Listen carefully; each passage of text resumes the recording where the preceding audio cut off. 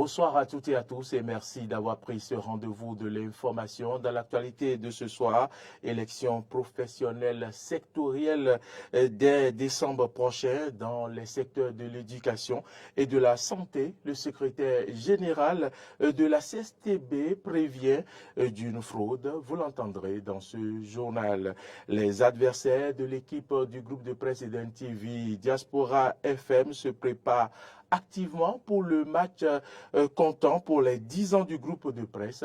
Vous suivrez l'une de leurs séances d'entraînement dans cette édition. Javier Milei, le nouveau président de l'Argentine, démocratiquement élu hier avec 56% des suffrages, annonce la fin de la décadence dans le pays. Merci de garder votre position pour le développement de ce journal.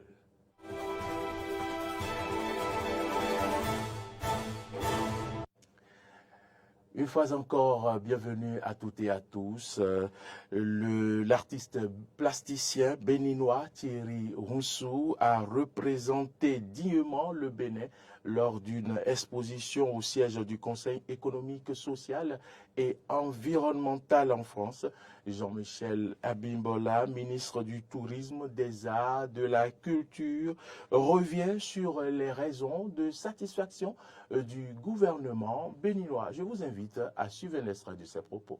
Au moment où le gouvernement du Bénin met tout en œuvre pour révéler les artistes béninois, pour révéler la scène créative béninoise, au moment où tout le monde peut reconnaître aujourd'hui les efforts qui sont faits au Bénin, sur le continent africain, pour que notre pays devienne l'épicentre des arts, l'épicentre de la culture, un véritable hub de toutes les cultures du monde, eh bien oui, ça fait écho et ça fait sens de se dire, c'est à ce moment-là, effectivement, que la troisième Assemblée constitutionnelle française choisit, comme par hasard, un artiste béninois qui a des choses à dire et qui, à travers son œuvre, évidemment, a apporté un message. Ce message, je le disais précédemment, sur les invisibles, sur les personnes ordinaires, sur les travailleurs qui, effectivement, contribuent de par leurs efforts, de par leur labeur, à construire une économie. Et vous comprenez également pourquoi est-ce que je faisais le lien avec cette institution, puisque c'est le Conseil économique, social et environnemental, donc, où on peut retrouver des travailleurs précisément, on peut retrouver toutes les catégories socio-professionnelles en ces lieux, ici en France.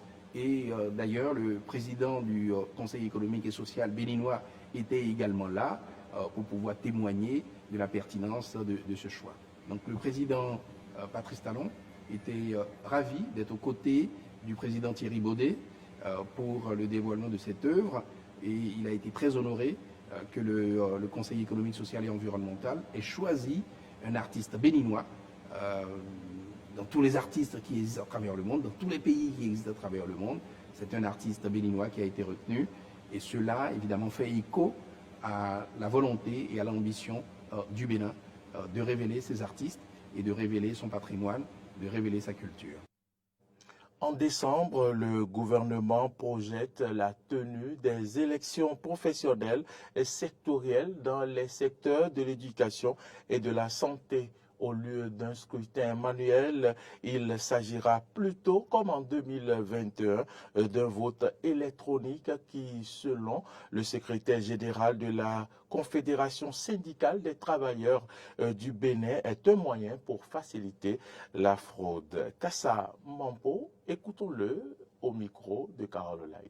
C'est après avoir préparé les textes et tout, installé la commission électorale, et la commission travaillait, ça devait être une élection manuelle, un scrutin manuel avec bulletin. Quand à la dernière minute, on ne sait pas là-bas de quoi, le gouvernement a changé pour dire non, que c'est un vote électronique.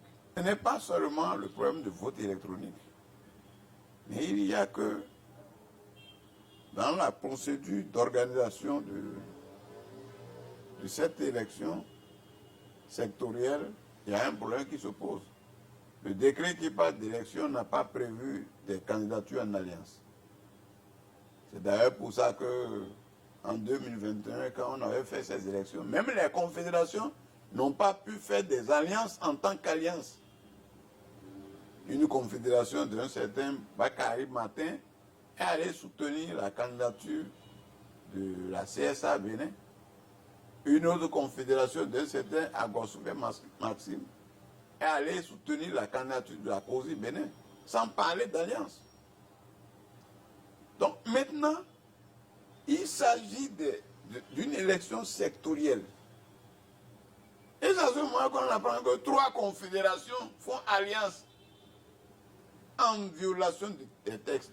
De toute façon, au niveau de la CSTB, les syndicats affiliés à la CSTB ont écouté les conseils que la CSTB a donnés. Nous avons donné des conseils à une autre fédération au sein de laquelle se trouvent les syndicats affiliés à la CSTB pour profiter de cette occasion pour réduire la multiplicité des syndicats. Par exemple, au niveau de l'enseignement maternel et primaire, il y a 10 syndicats qui sont affiliés à la CSTB. Nous nous disons, nous allons aux élections autour d'un seul syndicat. Et tous les autres syndicats, ensemble, forment une plateforme revendicative du secteur de l'enseignement maternel et primaire. Ils signent un protocole d'accord pour que la victoire du syndicat qui sera présenté soit gérée par la fédération de façon consensuelle sous la supervision de la CSTB. C'est pour ça que au primaire, donc c'est le SINAPRIM qui est choisi. Et lorsque les élections seront terminées, tous ces 10 syndicats vont se retrouver à un congrès d'unification pour créer un seul syndicat. En bref, dans cette édition, les propriétaires de tricycles dans le département du Koufo sont obligés de souscrire à une police d'assurance. 3 règles régissent désormais la circulation des tricycles dans le département. Tout propriétaire de tricycle doit obligatoirement souscrire à une police d'assurance avant de le mettre en circulation. Tout conducteur de tricycle doit être en possession de son permis de conduire et tout tricycle doit être équipé d'un dispositif de signalisation de gabarit afin d'améliorer la visibilité sur le terrain. Ces décisions ont été prises par le préfet Christophe Megbedji avant le préfet. Soulignons qu'avant, le préfet de Dogbo, à travers une autre circulaire, a interdit le transport des personnes par les tricycles ainsi que leur circulation sur le territoire de la commune à partir de 19 h. Toutes ces mesures viseront à réduire les risques d'accidents et à préserver la vie des usagers de la route. Rentrée politique du parti Moël Bénin, c'était samedi dernier en présence des responsables politiques à divers niveaux au sein des instances politiques. Suivons ici le reportage.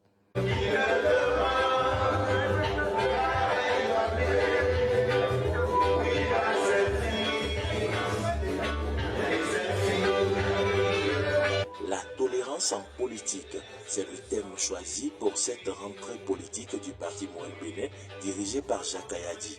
À l'entame de la cérémonie, Joseph Arissou, président du comité d'organisation, a planté le décor. Pour assumer des responsabilités, il y a le temps de la préparation. Et puisque la route est longue et que nous devons avancer ensemble, je nous exhorte à faire cette préparation ensemble et donnons-nous des certificats de préparation mutuellement. Parce que tôt ou tard, ne le nous cachons pas, viendra ce moment où chacun devra assumer des responsabilités au nom du parti. Et nous devons être fiers de dire oui, il en est capable sans hypocrisie. À sa suite, Dr Emilia Azalou Dimbe a donné lecture du rapport général du premier congrès ordinaire des 1er et 2 septembre dernier. Ensuite, place au secrétaire administratif Wilfried Viaoulé pour appeler les 61 membres du bureau politique national.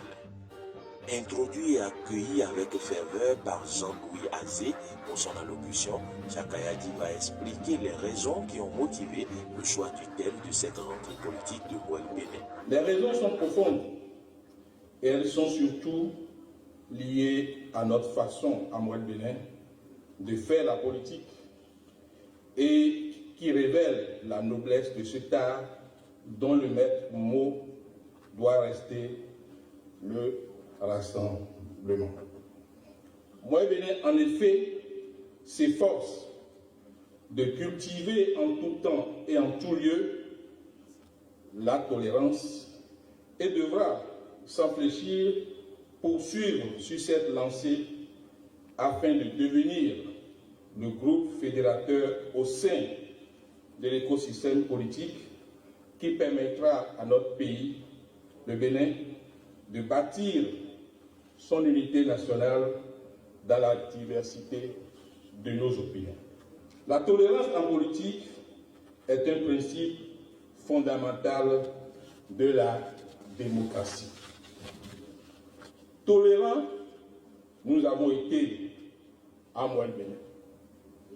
Tolérants, nous sommes à Mouel Bénin. Tolérants, nous resterons à Mouel Bénin. Il n'a pas manqué de galvaniser la troupe pour les prochaines élections générales de 2026. Je saisis cette occasion pour attirer l'attention des camarades Raphaël, Pierre, Herman Azamassor, Marie-Laure Rafiatou Balogun et leur suite sur la lourde responsabilité qui leur incombe. Mais je ne doute pas un seul instant que vous serez à la hauteur de cette mission qui participera de la crédibilité de notre parti politique Mouel Bénin et de son enracinement dans le peuple. Après la remise des lettres de mission, tous les membres du bureau politique seront renvoyés en mission au profit du parti. Soulignons qu'une conférence débat a été animée sur la tolérance par le cochon rouge. Cette rentrée politique a été agrémentée par les belles mélodies d'un orchestre de musique moderne tout au long de la soirée qui a fini tard l'année. Et puis, je vous l'annonçais en titre, les adversaires de l'équipe du groupe de presse Eden TV Diaspora FM se préparent activement pour le match comptant pour les 10 ans du groupe de presse. Les joueurs de l'association des journalistes résidant dans la commune d'Abomey-Calavi se sont entraînés ce samedi et promettent dur à faire à l'équipe du groupe de presse. Suivez.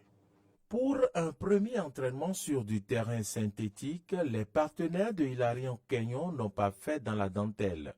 Ils vont commencer par un échauffement petit poteau. Dans ce jeu, les piliers en dehors du président Hilarion Kenyon sont Nazer Vikou et Crespin Nsodaï. Ainsi adaptés au synthétique, ils vont passer aux choses sérieuses avec les poteaux officiels de la rencontre. Ici, Djeklouno Malfrik va s'illustrer comme gardien de but. Des tentatives de dribble éteintes quelquefois, quelques passes réussies, des frappes et des buts. Au terme d'une trentaine de minutes d'entraînement, la coach pense que ses poulains sont tout à fait en jambes pour répondre au match du mercredi. Bon, c'est un match de gala, ça se prépare très bien. Bon, on va jouer entre nous. Je suis sûr de mes poulains, mais on va donner le meilleur de nous-mêmes.